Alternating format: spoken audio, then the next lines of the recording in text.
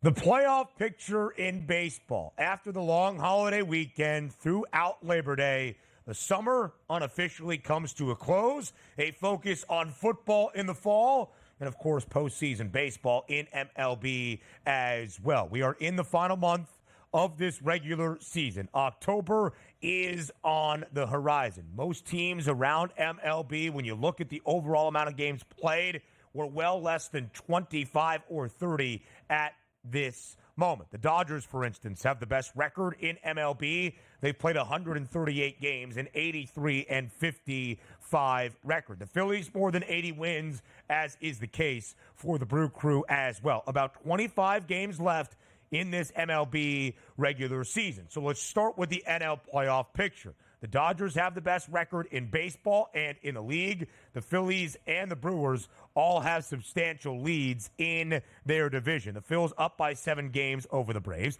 The Brew Crew back to a double-digit lead in the National League Central, 10 games in front of the Cubs. And the Dodgers were great in August, 19-8, and take the weekend in Arizona over the Diamondbacks. So L.A. now looking to win the National League West for the 11th time in the last 12 years, 5 games in front of San Diego, 6 ahead of Arizona. Yeah, 3 days before the All-Star break, too. We have to remember the Philadelphia Phillies, they were 6 games clear, not in their division, 6 games clear of the Dodgers with the number 1 overall seed expected to be in the National League. Now you take a look there at how well, as you're saying, the Dodgers have played over the past month and a half. Now have a game lead or 2 games lead here over the Philadelphia Phillies. But the question marks also were coming up on the Phillies. That little malaise here. They had a monster series against the Atlanta Braves. That 4-game set where they took 3 of those 4 games, which included a couple comeback victories. That sort of put it out of reach. Now, never say never, because the Phillies, I believe it was maybe, I want to say 2007, where they came back all the way with the Mets, 7 games with 17 to play, something crazy like that, which we've seen happen in baseball history. But a 7-game lead for the Phillies in the month right now of September, they're probably not going to get caught at this point. That's how big that series was overall to pick up 2 games over the Braves. So the Braves now singular focus here, Ben, going to be on just making that wild card, and they are getting nipped and bit on the heels by the New York Mets now, only a half game back in that wild card race, which is going to be so much fun to watch down the stretch. Diamondbacks struggling a little bit. San Diego Padres maybe cooling off just a tad. Those 2 teams, I do believe, will be in the playoffs. But the Braves and the Mets now, neck and neck all the way through. The good part about it is, if you're the Mets, you're going to play a lot of games against the Phillies, a lot of games against the Braves here. No fault of your own if you miss out on the playoffs. But that looks like a fun, competitive matchup throughout the final 3 weeks or so of the season.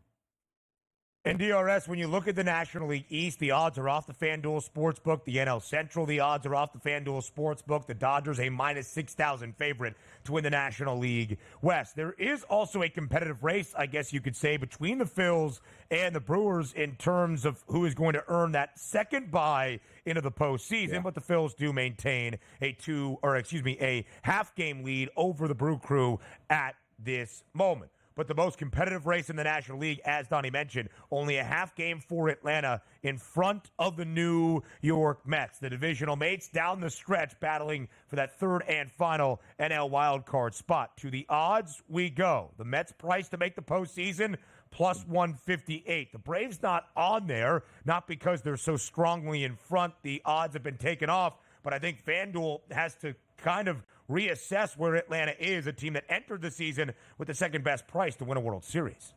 Yeah, and also, here's what you have to keep in mind, too. We're already in playoff mode for those 2 organizations. Love what the Mets have done. Looks like they were dead and buried. Now they're back with a legitimate chance to make it in to that wild card round in the playoffs. But the thing I really like about the Atlanta Braves, which, again, they have a half-game lead, which isn't much, but that starting pitching lineup now. Chris Sale's been great. Ronaldo Lopez back off of the IL looking decent once again. And Spencer Schwellenbach looks like he can be that third hammer down the stretch. He was great against the Philadelphia Phillies. That bullpen just gave way. So if I'm looking at those 3 pitchers healthy in the month of September, then I got to give the nod to the Atlanta Braves at this point, because pitching wins, particularly when you're in playoff mode, and both of those teams are. Not knocking the Mets, as I said, like what they've done, surprised even in this spot here. And even with all those injuries to the Braves, that 1-2-3 punch is really formidable from a Braves starting pitching perspective here.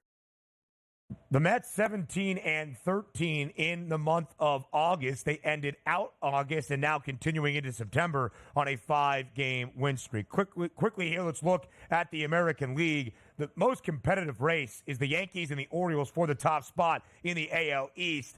The Red Sox trail by 4.5 games for a wild card spot, despite the Royals being on a 6-game skid. Donnie, if you had to bet it right now, Yankees at minus 140, half-game lead over the O's in the American League East. Who wins the divisional title? I would say the Yanks, but boy, oh boy, I'm waiting. That Gerrit Cole missing out maybe on 3 or 4 starts if he's injured. That could be the key. It very well could. Hour 3 on the horizon. Up next, our MLB insider and the host of Newswire, Craig Mish, joins us live right here on this Tuesday on the early line, following the long holiday weekend where, Craig, the calendar has flipped to September. About 25 games or less for all clubs around MLB. The hunt for October is on as the regular season draws to a close. We appreciate your time and your insight live right here on the early line. Yeah, I mean, look, this has been great for me. The team that I cover in baseball started off the season 0-8. Team that I went to school started off the season losing by 70. So, yeah, I mean, we're just off to a great start here with baseball and now with football as well. Yeah, Craig, sorry about that. Your Florida Gators not putting up much of a fight to Donnie's Miami Hurricanes on Saturday. Unfortunate. However, before we get your insight on MLB, am I hearing this correctly? Craig's son over the weekend in the biggest baseball news threw a no-hitter and some Little League action. Craig Mish, what are the details? Yeah, it was a big moment. Yeah, I mean, the perfect game tournament. We didn't get to finish it because of the rain, but yeah, I mean, got the call, 5 no-hit innings, shutout ball. I mean, honestly, very, very close to a perfect game on a 3-2 count. Walked the kid, and then also on a 3-2 count, it looked like a curveball for a strike, but the kid, when a curveball comes in, kids get a little scared. My son gets scared of curveballs too, to be fair, but curveball comes in and then you get hit. But other than that, perfection. Yeah, perfection. First time he's ever done that before too. So we'll have a full story coming up on Newswire. Wow. Yeah. Play-by-play. Well. A play-by-play. Yes. Craig, you hate doing schedule breakdowns in the National Football League, but I think a pitch-by-pitch report of your son's no-hitter would do the people well on Newswire starting at 11 a.m. Eastern. In the bigs, we go all around here on the daily basis.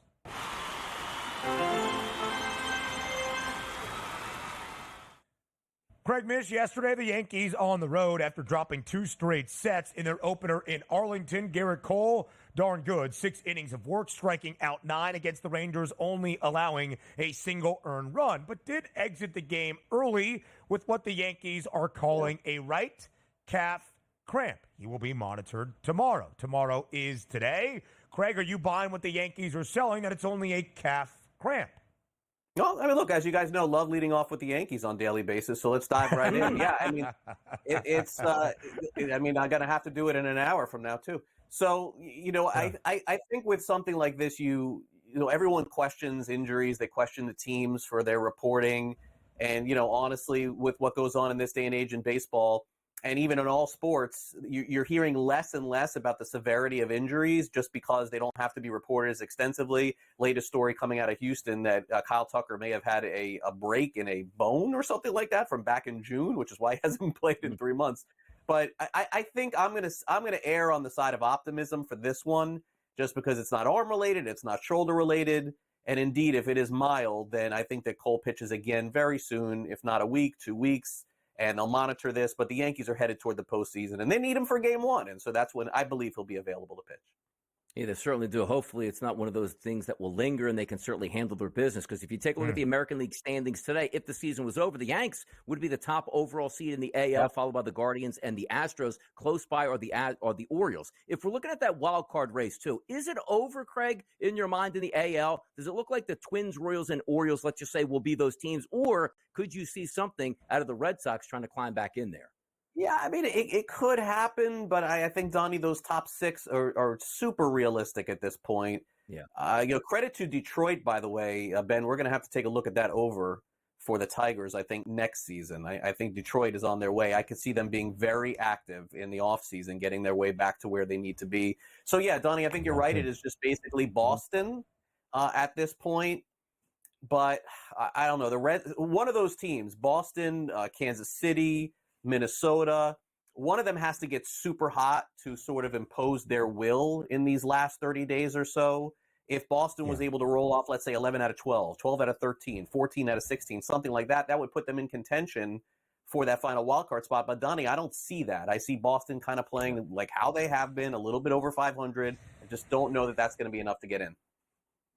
Despite the 6-game skid for the Royals, they still maintain a 4.5-game lead for that third and final American League wild card spot. In the National League, the Dodgers in front in the NL West by 5 games. The Phillies have a 7-game lead in the National League East. The Brew Crew up by double digits in the National League Central. And the Padres and the Diamondbacks still in front of Atlanta for those top 2 wild card spots. So, Craig, the most compelling race is that third and final. Now just a half-game lead for Atlanta in front of New York. The Mets have won 5 straight. The Braves dropped 3 of 4 this weekend in Philadelphia. When all is said and done, who takes that final wild card spot in the National League? Yeah, I mean, I'll still lean on the Braves here, although I could see the Mets doing it. It was 1 year ago, by the way, Ben, that the Cubs had this spot and completely fell apart in the final month of the season and fell out of it. So hard for me to endorse them. I'll say Atlanta gets it, but you can't discount the Mets. They're going to look back at the end of the season, I'm going to guess, and say if Edwin Diaz was just a little bit better in that ninth inning, maybe we would have gotten in. And you can't predict that sort of stuff. I mean, the ninth inning in baseball is the hardest thing to predict in all of sports. Predicting a closer going into the season being great is almost impossible if his name is not Class A these days. So I'll say the Braves. And if we take a look tonight, you take a look at Boston and the New York Mets. They're going to match up tonight, slight favorite towards the Mets. And also, as you talked about the Braves, Chris Sale on the mound as a minus 350 favorite tonight. So it doesn't look like we're probably going to get that matchup we wanted to where both of these teams look like they're going to win. But from a Mets perspective, they've beaten again the Red Sox tonight, do you think? Yeah, and playing okay at home, I think that's going to be the key for the Mets here. They do have a number of home games in September that can certainly help them. But, I see this kind of series as a back and forth, 3-game series. What I saw last year in watching the Marlins very closely, Donnie, is that you can expect the unexpected in September. Teams that you think are pushing toward the playoffs fall apart. Teams that you think are out of it all of a sudden make a push, and we're just simply not there yet. But the last couple of weeks of this season, that NL East is going to be wild down to the finish. Yeah. The Mets took the opener against Boston yesterday at Citi Field 4-1. The Red Sox on a 3-game slide. Catch Craig Mish on Newswire, leading off with the New York Yankees at 11 a.m. Eastern. More MLB breakdowns next. Things get a little bit wonky here in the final month of the MLB regular season following Labor Day weekend. Because it was a holiday and we saw 11 games yesterday, we saw some weekend sets come to a close on Labor Day, some start, some off days that continue into this Tuesday. Not a full 15-game slate, 13 games listed with odds and rotation numbers on the FanDuel Sportsbook, including inside Citi Field, game number 2 of the midweek set tonight between the Mets and the Red Sox. New York taking game 1, 4-1 behind a strong pitching performance out of Luis Severino. Tonight, David Peterson on the bump, minus 132 in favor of the Amazons, over under at 8. 2 different streaks at play. Boston on a 3-game skid. The Mets have won 5 in a row. Yeah, I think the Mets are going to be able to win again, have to, if they want to keep pace with the Atlanta Braves. You have Chris Sale on the mound, as we talked about in that previous segment here, a minus 350 plus favorite, which is crazy. They'll probably win that game, which means the Mets must win, and they do have the better pitcher on the mound today, and that's in David Peterson. Take a look at this. 59 innings pitched over the past 60 days. His ERA, 2.44, but as we know, that's not the end-all be-all. It is a slightly higher xFIP number at a 4.24, but still much, much better than Cutter Crawford, who on my card, Ben, I have 21 pitchers rated with a minimum of 20 innings pitched over the past 60 days. He's 20 out of 21. And you take a look at Crawford, a 5.40 number here for the ERA, but a 5.25 xFIP number. And if you're taking a look at Cutter Crawford struggling with right-handed batters, you dip right in. Mark Vientos, Pete Alonso in the middle of that lineup should be able to do damage. Quite frankly, if you're looking at the first 6 batters in the lineup for the Mets, you're taking a look and saying, okay, how have they done over the past 30 days against right-handed pitching? Very well. Lindor, Nimmo, Vientos, Alonso, Winker, and also McNeil, high ISO power numbers and weighted on base percentages. The Mets will get another victory tonight over there in Queens. Yeah, it could be a big one for the Mets. They're a half game behind the Atlanta Braves. So now we go to Atlanta.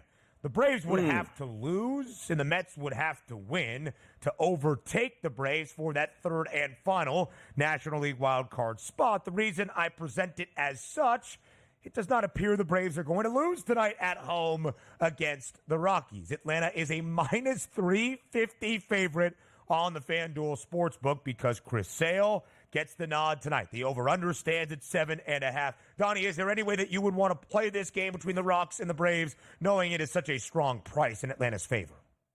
It's kind of crazy. Probably more towards the under. Sale, we know, has been phenomenal. His last 60 days been a 2.25 ERA and xFIP number 2.61. But you take a look at Freeland. He's the 10th overall pitcher on the card today. 56 and 2/3 innings pitched, which does include some starts here in Colorado. And how about this? An ERA of 4.29, which is a little bit elevated, but his true number, that xFIP, 3.76. Then here's the issue that you're going to have. Freeland's a left-handed pitcher. The bats have woken up for the Atlanta Braves, particularly against lefties over the past month. Harris, Soler, Olsen, Laureano, Arcia, and Murphy, all high ISO power numbers. Good luck if you're Colorado. Colorado's one of those teams on offense. Like, if they're at home, you sort of like, you know what, I'll take a flyer on them. But on the road, you just take a look at the last 30 days against left-handed pitching, and Sale has been tremendous.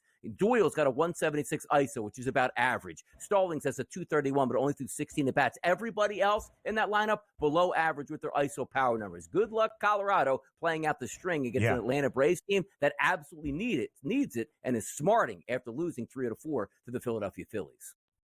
Sale and the Braves not only a minus 350 favorite tonight on the bump. Chris Sale is minus 550 now to win the National League Cy Young Award. And really, how could you knock it? He only trails Carrick Skubal, who is going to run away with the American League Cy Young Award, and the odds not even posted at the moment in wins and ERA. Skubal's got 16 wins and a 2.51 ERA. Sale has 15 wins, a 15-3 record, and a 2.58 ERA, second best in both categories around MLB. The Braves did drop 3 of 4 this weekend in Philadelphia, no doubt. It has tightened that race in the National League wildcard chase. But Atlanta, prior to the weekend in Philadelphia, had won 6 of its previous 7. Now we go out west. A divisional series this week between two teams in different spots. The Diamondbacks still in that wild card position. 2.5 games in front of the Braves at the moment for the second of those 3 wild card spots. Only a game behind San Diego for that top spot. The D-backs looking to bounce back from dropping 3 of 4 against the LA Dodgers at home this weekend. Now in Northern California, a slight road favorite, total of 7.5. Good bounce back spot here for the Diamondbacks. As you said, always tough to play. The Dodgers are playing their best baseball right now, but I do like the price point there at the FanDuel Sportsbook at a minus 116. The reason being is you might just see the name Ryan Nelson. Not that great a pitcher here, but when you take a look at his statistics, particularly over the past 30 and 60 days, they're pretty impressive. If we go by the last 2 months, 63 1/3 innings pitched. How about an ERA, Ben, of 2.84 and an xFIP of 3.27? It's not a great lineup that you're going to take on with the San Francisco Giants, so I do put them in that category of I like that price point, they should win. If we flip it over from a Giants perspective, Harrison has been a decent pitcher on the mound, and we do need to see that Arizona Diamondbacks lineup bounce back against left-handed pitching, which they haven't been great over the past month. I think they're the better team. I think it's a good spot to bounce back, and I expect a pretty good performance out of Ryan Nelson. Not one of those big name guys, but boy, he's been putting work in over the past 2 months here, no doubt about that. The D-backs have lost 6 of their last 8, almost unheard of for one of the, if not the hottest teams since the All-Star break. In fact, they have lost 2 straight series against the Mets, and then again, losing 3 of 4 this weekend at home against the Dodgers. The first time, DRS, Arizona has dropped 2 consecutive sets since the end of June, losing 4 of 6 in 2 consecutive series against the Phillies and the Twins. Almost unheard of. Skeens Day number 19. That's XIX in the history of MLB. It will be interesting to see how the Buccos deal with Skeens today inside Wrigley. Minus 130. The Pirates a favorite. The over-under, 7.5. But Skeens, the RS, really just going about 5 or 6 innings, not throwing more than 100 pitches any longer as Pittsburgh is out of playoff contention. The Cubbies had a 6-game win streak snapped yesterday, still 3.5 back of Atlanta for the third and final NL wildcard spot. But crazier things have happened in the final month of the season.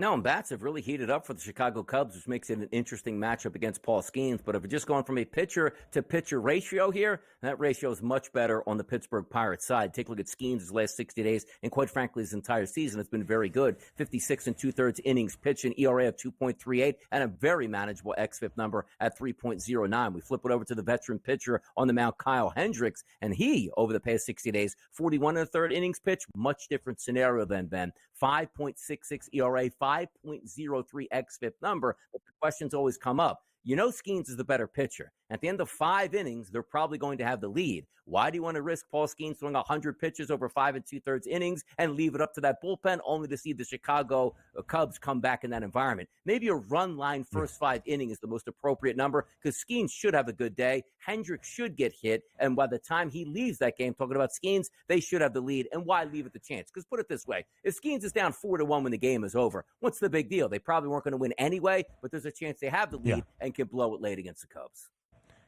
Again, DRS, in August, Pittsburgh was really, really bad. When you look at the overall record, they were 8-19. They were 2 games above 500 at the end of July. So then you look at Skeens' starts here in the month of August. 100 in his first one, but when things started to go really bad in terms of pitch count, he hasn't thrown more than 93 pitches in his last 4 outings. Think about the last game he had last week at home against Chicago. 5 innings of work, 3 runs scored when he was in, but only 2 of those earned. Did strike out 6. When he left the game after 5 innings, Pittsburgh had an 8-3 lead for the Cubbies to score 11 unanswered in the final 3 innings, including, I think, 6 in the top of the 9th. So, just to keep that all in mind for where Chicago is. We'll have some more baseball breakdowns on the other side of the break as we look at the wild card standings in the National League.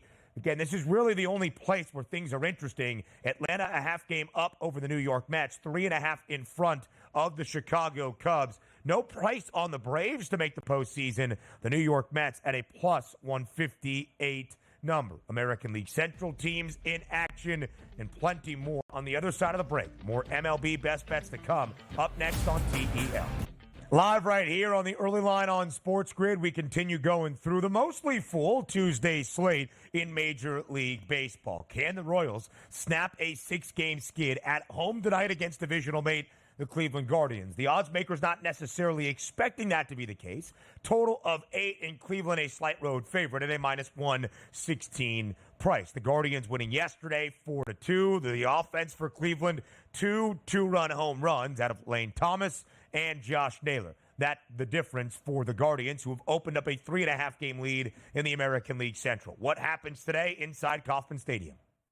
Yeah, showing their coin flip basically there from the FanDuel Sportsbook, bringing these two teams together. But I'm saying the better pitcher on the mound tonight is actually on Kansas City's side here, Ben. Brady Singer's last 60 days, 58 and a third innings pitched, a very manageable ERA at 3.86, an even better xFIP number at 3.21. What do we like about Brady Singer, the right-handed pitcher? Over his last 124 batters he's faced over the past 30 days, 26% of those batters have struck out. Lefty batters, that increases to 31.4%. The reason I bring that up, take a look at the lineup tonight as we anticipate for the Guardians. Lefty Kwan, lefty Jimenez, lefty Ramirez, lefty Naylor, lefty Manzardo, lefty Naylor, and lefty Rocchio. So if those guys are going to bat from the left-hand side, which quite frankly you're supposed to do against a right-handed pitcher, that feeds right into maybe that strikeout numbers here that could be a very big difference in the game tonight. Give me Kansas City to fight off those bad demons tonight and finally pick up a victory. Come on now. Yeah. Donnie, as we learned late last week, our guy Vinny Pasquantino was going to be out for probably close to 2 months. Was it a broken hand? That was his ailment. Unfortunate for KC. The Royals still a 4.5-game lead, though, for the third and final American League wildcard spot. They're only a game behind Minnesota for that second of 3 wildcard positions. Minnesota on the road once again in Tampa tonight. They won the series opener yesterday, 5-4. Trevor Larnach, 3-run home run. Brooks Lee, a solo shot for the rookie. Good enough to outlast the Rays. The Rays at home today, a slight favorite, but again, a virtual coin flip. Minus 112 on one side for Tampa, minus 104 on the other for Minnesota. Total at 7.5, and the under has the juice. What do we see tonight in the Trop? We're going to enjoy the Festa tonight down there at the Trop, and that's taken under 7.5. Why? David Festa on the mound for the Minnesota Twins, a guy, one of those names that you need to get involved with here. 37 innings pitched over the past 60 days. How about an ERA of 4.34? He said, Donnie, that's high, but the underlying metrics tell you that xFIP number is at 3.11, and in a true pitcher's ballpark tonight, that should certainly help him out. You're also taking a look on the opposite side. Springs, not a lot of work here, but over the past 30 days, he has gotten in 100 batters, a 144 ISO against, and a weighted on base percentage rated on average of 328. I think both of these teams in this environment, those pitchers on the mound, I'm not too sure. We get 8 runs tonight. I'll go to the under 7.5. Yeah, Jeffrey Springs gets that start for the Rays. Was great to start last year, missed a considerable amount of this season. Hasn't been bad for Tampa in these spots. The Yankees, who had dropped 2 consecutive sets before their first game last night in Arlington, did rally against the Rangers. 8-4, the victory for the Yanks. Gerrit Cole good, but did leave early with what the Yankees are calling a right calf cramp. We'll see if we have any updates later on this day. Carlos Rodon gets the start tonight against Andrew Heaney. The Pinstripes, a road favorite in Texas once more. Total of 9. What's the play? Yeah, I think you're going to look at the Yankees tonight as the right side. You take a look also at the pitching prospects here of Carlos Rodon. Not a great pitcher this year, but his last 60 days, 4.10, should be able to keep you in the game, and a manageable xFIP number of 3.72. He is tonight, at least analytically, the better pitcher over Andrew Heaney. If you're looking from an RBI perspective, Heaney's a left-handed pitcher, has struggled at times with right-handed batters. You look right to that leadoff guy tonight in Gleyber Torres and maybe Aaron Judge. He still has sizzling numbers against left-handed pitching. His last 42 at-bats, a 583 ISO, and a weighted on-base percentage of 616. If we're looking at that Texas lineup, the one thing that we do know, they don't hit left-handed pitching all that well, but they will have a ton of right-handed batters in that lineup. That's the way to attack Carlos Rodon. A left-handed pitcher, his last 29 at-bats, and quite frankly, his 115 left-handed batters he's faced on the season, he's been dominant, but a little bit leaky against right-handed batters. Still going to go with the Yankees. We're not saying they need this game more than the Texas Rangers. It's not really the right way to approach it with roughly a month left to go in the season. But I think Rodon be able to step up to the plate and the Yankees superstars be able to carry the tide. I think the Yanks handled their business tonight.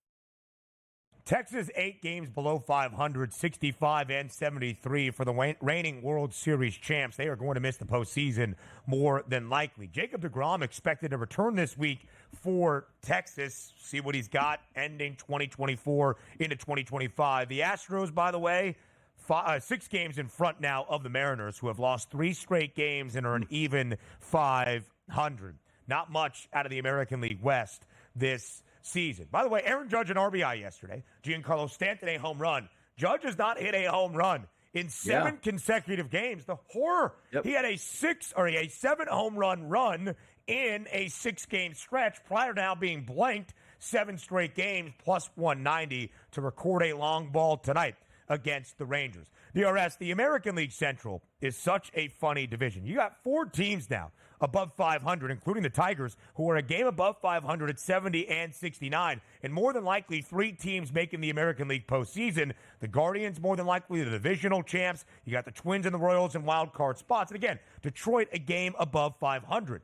But because the White Sox are 31 and 108, the division as a whole, 5 teams, 36 games below 500, despite 4 of the 5 teams having a winning record. All to say, some fun facts in trivia as we get ready for tonight. I don't know if Cade Povich will ever be booked as a $3 favorite once again in his life, but he's minus 310 for the O's tonight as they host the White Sox. And by the way, if we are just looking, look, it's obvious that the White Sox have given up on the season. They don't care about wins and losses at this point. But there comes a point where sometimes numbers actually don't make sense. Now, hear me out on this. Povich is on the mound. I don't know how much longer Povich should be pitching for the Baltimore Orioles if they want to stay in that pennant race and win that division. 21 out of 21 pitchers today. He's 21. His last 60 days, he's got listen to this. He's a 300 or better favorite tonight, Ben. He's got an ERA that's almost 10 over the past 60 days. 10. That's not one start. It's 25 and a third innings pitched. His xFIP number worse on the card at a 6. Now, you look at that Chicago White Sox lineup, 1 through 9, they can't hit left-handed pitchers. But I'm just telling you this right now. Don't even make them a parlay piece. Should they win Baltimore? Yes. But you're talking about by far the single worst pitcher on the card is a 3-1 favorite tonight. It tells you how much the Chicago White Sox have quit, but you can't take that price. That's ridiculous. The O's won last night 13-3 in the opener against the White Sox.